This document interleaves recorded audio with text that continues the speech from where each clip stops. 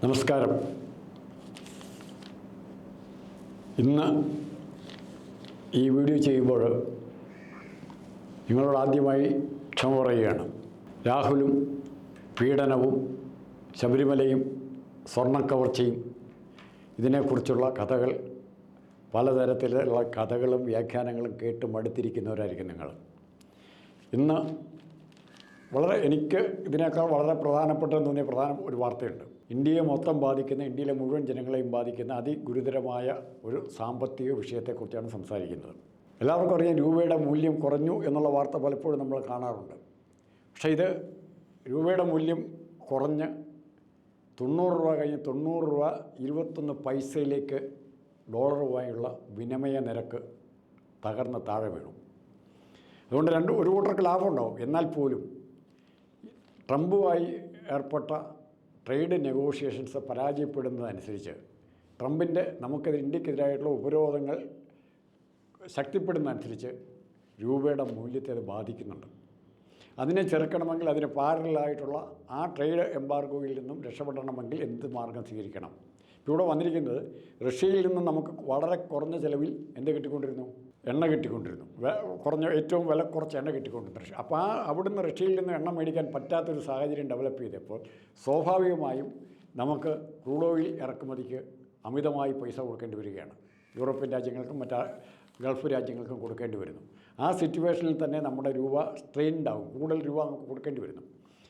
അത് പിന്നെ രണ്ടാമത്, അതിലും ഭയങ്കരം, ഇൻ്റർനാഷണൽ മോണിറ്ററി ഫണ്ട് അതുപോലത്തെ ഓർഗനൈസേഷൻസൊക്കെ ഇന്ത്യയുടെ സാമ്പത്തിക ഡേറ്റ എന്ന് പറഞ്ഞാൽ നമ്മൾ per capita income, GDP, forex reserve, ഇങ്ങനെയുള്ള ഒത്തിരി കാര്യങ്ങൾ കാലാകാലങ്ങളിൽ പുറത്തുവിടും. നമ്മുടെ മാനുഫാക്ചറിങ് ഇൻഡെക്സ്, അങ്ങനെ ഓരോന്നിനെക്കുറിച്ചും പറയും. അഗ്രികൾച്ചർ പ്രൊഡക്ഷൻ, ഇതിൻ്റെ എല്ലാം കൂടെ ചേർന്നുള്ള സാമ്പത്തിക ഡേറ്റകൾ, ഇതെല്ലാം കൂടെ കണക്കുകൂട്ടിയിട്ടാണ് ഒരു രാജ്യത്തിൻ്റെ GDP നിശ്ചയിക്കുന്നത്. ഈ GDP നിശ്ചയിക്കുന്നതിൻ്റെ ആ ഡേറ്റ തെറ്റാണ്, നമ്മൾ ചെയ്യുന്ന രീതി ശരിയല്ല എന്ന് ലോക സമ്പദ്ഘടനയിൽ പറയുകയാണ്. അതുകൊണ്ട് തന്നെ സാമ്പത്തിക വളർച്ചയെക്കുറിച്ചുള്ള നമ്മുടെ എസ്റ്റിമേറ്റുകൾ, അല്ലെ 5ാം സമ്പദ്ഘടനയാകും, ലോകത്തിലെ 5 ലക്ഷം കോടി സമ്പദ്ഘടനയാകുമെന്നുള്ള നമ്മുടെ പ്രതീക്ഷയും വാചകടികളും ചിലപ്പോൾ പൂർണ്ണമായി പരിശോധിക്കപ്പെടേണ്ടതാണ്.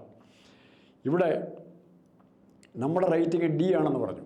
D ആണ് റേറ്റിംഗിൽ. അതിൻ്റെ അർത്ഥം നമ്മുടെ ഭാഗത്ത് ഇന്ത്യ പ്രൊഡ്യൂസ് ചെയ്യുന്ന, അല്ലെ ഇന്ത്യ തയ്യാറാക്കുന്ന രേഖകൾ, സാമ്പത്തിക നയരൂപീകരണ രേഖകളും സാമ്പത്തിക നടപടികളുടെ രേഖകളും ഫലപ്രദമായിട്ട് ലോകത്തിനെതിരെ ആരും വാല്യൂ ചെയ്യില്ല. അപ്പോൾ അത് വാല്യൂ ചെയ്യാതെ വരുമ്പോൾ എന്ത് സംഭവിക്കും? നമുക്ക് ഇൻ്റർനാഷണൽ മോണിറ്ററി ഫണ്ടിൽ നിന്നും സഹായം കിട്ടാൻ പറ്റില്ലെന്ന് മാത്രമല്ല, നമ്മുടെ രൂപയെ ആരും വിശ്വസിക്കാതാകുന്ന ഒരു സാഹചര്യം ഉണ്ടാകും. ആരും വിശ്വസിക്കാതായാൽ ഓട്ടോമാറ്റിക്കായിട്ട് രൂപയുടെ മൂല്യം കുറഞ്ഞ് വീണ്ടും കുറഞ്ഞു വരും. ഇപ്പോൾ ഇറ്റലിയിലെ ലിറായ്ക്കൊക്കെ പറ്റിയതുപോലെ ആയിരക്കണക്കിന് ലിറയിലേക്ക് ഡോളറുമായിട്ടുള്ള വ്യാപാരം മാറിയതുപോലെ ഇതും മാറും. പക്ഷേ ഇവർ നമ്മുടെ സാമ്പത്തിക വിദഗ്ധരെല്ലാം പറയുന്നുണ്ട്, ട്രംപിന് തിരിച്ചടിയാണ്, അമേരിക്കയുടെ നയം ട്രംപിന് തിരിച്ചടിയാണ്. പക്ഷെ ഒന്നും ഇവരുടെ വ്യാഖ്യാനം നമ്മളെ ഒക്കെ വിഴുങ്ങാൻ തരുമ്പോൾ ഒരു കാര്യം മറക്കാത്തത്, ഡോളർ സ്ട്രോങ് ആയിട്ടാണ് ഇപ്പോഴും നിൽക്കുന്നത്. ഡോളറിനെ പൂർണ്ണമായിട്ട് തള്ളിക്കളയണമെന്ന് യൂറോപ്യൻ യൂണിയൻ ഒരു കാലത്ത് ആഗ്രഹിച്ചു. യൂറോ കറൻസി വരെ അവിടെ ഉണ്ടാക്കി. എന്നിട്ടും ഡോളർ ഇപ്പോഴും സ്ട്രോങ് ആയിട്ട് നിൽക്കുന്നതിൻ്റെ കാരണം എന്താണ്? അടിസ്ഥാനപരമായി, ഇപ്പോൾ ഞാൻ പറഞ്ഞു കഴിഞ്ഞാൽ, അടിസ്ഥാനപരമായി അമേരിക്കൻ എക്കണോമിയുടെ റെസിലിയൻസ് പവർ, അതാണ് അത് വിത്ത്സ്റ്റാൻഡ് ചെയ്യാനുള്ള പവർ അമേരിക്കൻ എക്കണോമിക്കുണ്ട്. ഇന്ത്യക്കും ഉണ്ട്. പക്ഷേ ഇന്ത്യ ആ പവർ ഉപയോഗിക്കുന്നില്ല. ഏത് സാമ്പത്തിക പ്രതിസന്ധിയിൽ നിന്നും കരകയറാൻ നമുക്കൊരു മാർഗം കാണിച്ച ആളുണ്ടായിരുന്നു. ആരാണ്? മഹാത്മാഗാന്ധി. അതിന് പകരം എങ്ങനെ ചിലവ് ചുരുക്കണമെന്നും ആർഭാടം കുറയ്ക്കണമെന്നും എങ്ങനെ നമ്മുടെ രാജ്യത്തിൻ്റെ സമ്പദ്ഘടന അങ്ങനെ ചിലവുകൾ ചുരുക്കി രാജ്യത്തിൻ്റെ വരുമാനം വർദ്ധിപ്പിക്കുന്ന മാർഗ്ഗമാണ് ഗാന്ധി പറഞ്ഞത്. ഇവിടെ പക്ഷേ മറിച്ച് ഇന്ന് നമ്മൾ എംപ്ലോയ് ചെയ്യുന്ന മാർഗ്ഗം എന്ന് പറഞ്ഞാൽ ഇൻവെസ്റ്റ് മോർ മണി, അല്ലെ pump more money into market. അപ്പോൾ സ്വാഭാവികമായിട്ടും മാർക്കറ്റിലേക്ക്, നമ്മുടെ ബാങ്കുകളിലൊക്കെ പലിശ നിരക്ക് കുറച്ച് മാർക്കറ്റിലേക്ക് കൂടുതൽ പണം എത്തിച്ചാൽ, കടം മേടിച്ചാണെങ്കിലും കൂടുതൽ പണം എത്തിച്ചാൽ ഉറപ്പായിട്ടും മാർക്കറ്റ് സജീവമാകുമ്പോൾ അത് ഇൻവേരിയബിളി പ്രൊഡക്ഷനോടെ കൂടുമെന്നാണ് പറയുന്നത്. പക്ഷേ ഇവിടെ നടന്നിട്ടില്ല. എത്ര കോടി രൂപ പലതരത്തിൽ മാർക്കറ്റിലേക്ക് കൊടുത്തു. എന്നാൽ മാർക്കറ്റിൽ കൊടുക്കാവുന്ന രീതിയിൽ കൊടുക്കുന്നില്ല. കർഷകൻ്റെ നെല്ല് ഏറ്റെടുക്കാനുള്ള പൈസ കൊടുക്കുന്നില്ല മാർക്കറ്റിലേക്ക്. അതല്ല, ഇവരുടെ താല്പര്യങ്ങൾക്ക് കിഡ്ബി പോലുള്ള ഏജൻസികൾ വഴി പൈസ കടം മേടിച്ച് മുടക്കുകയാണ്. അതിന് ന്യായീകരണമാണ്. വികസനത്തിന് വേണ്ടിയാണ്. അവസാനം ഈ വികസനം നടത്താൻ പറ്റാതെ വന്നാൽ, ഈ കടം തിരിച്ചു കൊടുക്കാൻ പറ്റാതെ വന്നാൽ എന്തു ചെയ്യും? ഒരു ഉളുപ്പുമില്ലാതെ ഇപ്പോഴും ഈ കടം മേടിക്കുന്ന തത്വശാസ്ത്രത്തെ, രാഷ്ട്രീയത്തെ പ്രോത്സാഹിപ്പിക്കുകയാണ്. ഇവിടെ ഡോളറിൻ്റെ വിലക്കുറവ് ഇത്രയുണ്ടായി. ഇപ്പോൾ RBIക്ക് ഫലപ്രദമായിട്ട് രൂപയുടെ വിലക്കുറയും RBIക്ക് പണ്ടൊക്കെ RBI ഇടപെടുമായിരുന്നു. ഇപ്പോൾ RBI ഇടപെടുന്നില്ല. RBI ഇടപെടായിരുന്നെങ്കിൽ ഒന്ന് നാട്ടുകാരോട് പറയണം, ഞങ്ങൾക്ക് മോണിറ്ററി കൺട്രോൾ ഞങ്ങൾ കാര്യമായി ഇടപെടില്ല, അതിൻ്റെ നാച്ചുറൽ ഫ്ലോ ആയിട്ട് സംഭവിക്കട്ടെ എന്ന് പറയേണ്ടതിന് പകരം അവരിതിനെക്കുറിച്ച് സൈലൻ്റായിട്ടിരിക്കുകയാണ്. വളരെ സൈലൻ്റായിട്ടിരിക്കുകയാണ്. അപ്പോൾ ഇത് നമ്മുടെ സമ്പദ്ഘടനയെക്കുറിച്ചുള്ള വലിയ നെടുങ്കൻ പ്രസംഗങ്ങൾ കേൾക്കാം.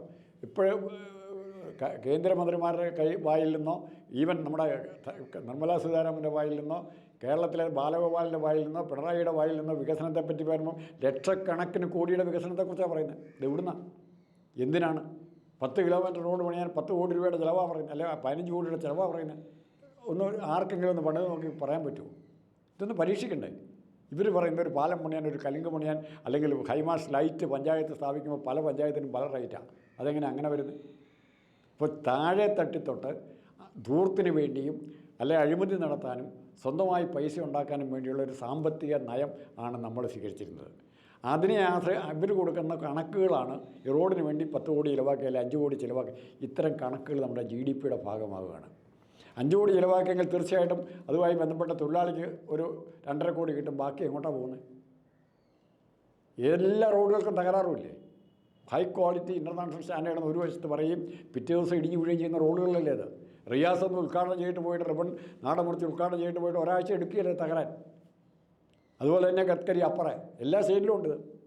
എന്താ കാരണം? ഇത് ഇന്ത്യയെ സമ്പന്നമാക്കാം ഇന്ത്യ അതൊരു ഭയങ്കര നാഷണൽ സ്പിരിറ്റായിട്ട്, ഇന്ത്യ 5ാമത്തെ സമ്പദ്ഘടനയുള്ള നാഷണൽ സ്പിരിറ്റാക്കി വളർത്തിയെടുത്തിട്ട് അതിനെ എന്തു ചെയ്യുന്നു?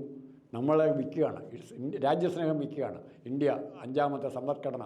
എന്ത് പ്രയോജനം എന്നുള്ളതാണ്. ഇവിടെ ഡയാലിസിസിന് കാശില്ലാതെ നടക്കുന്നവരില്ലേ? ഡയാലിസിസ് മെഷീൻ ഇല്ലാത്ത ആസ്പത്രികളില്ലേ? എന്നിട്ടും പറയണം 5ാമത്തെ സമ്പദ്ഘടന എന്ന് പറഞ്ഞാൽ ആർക്ക്?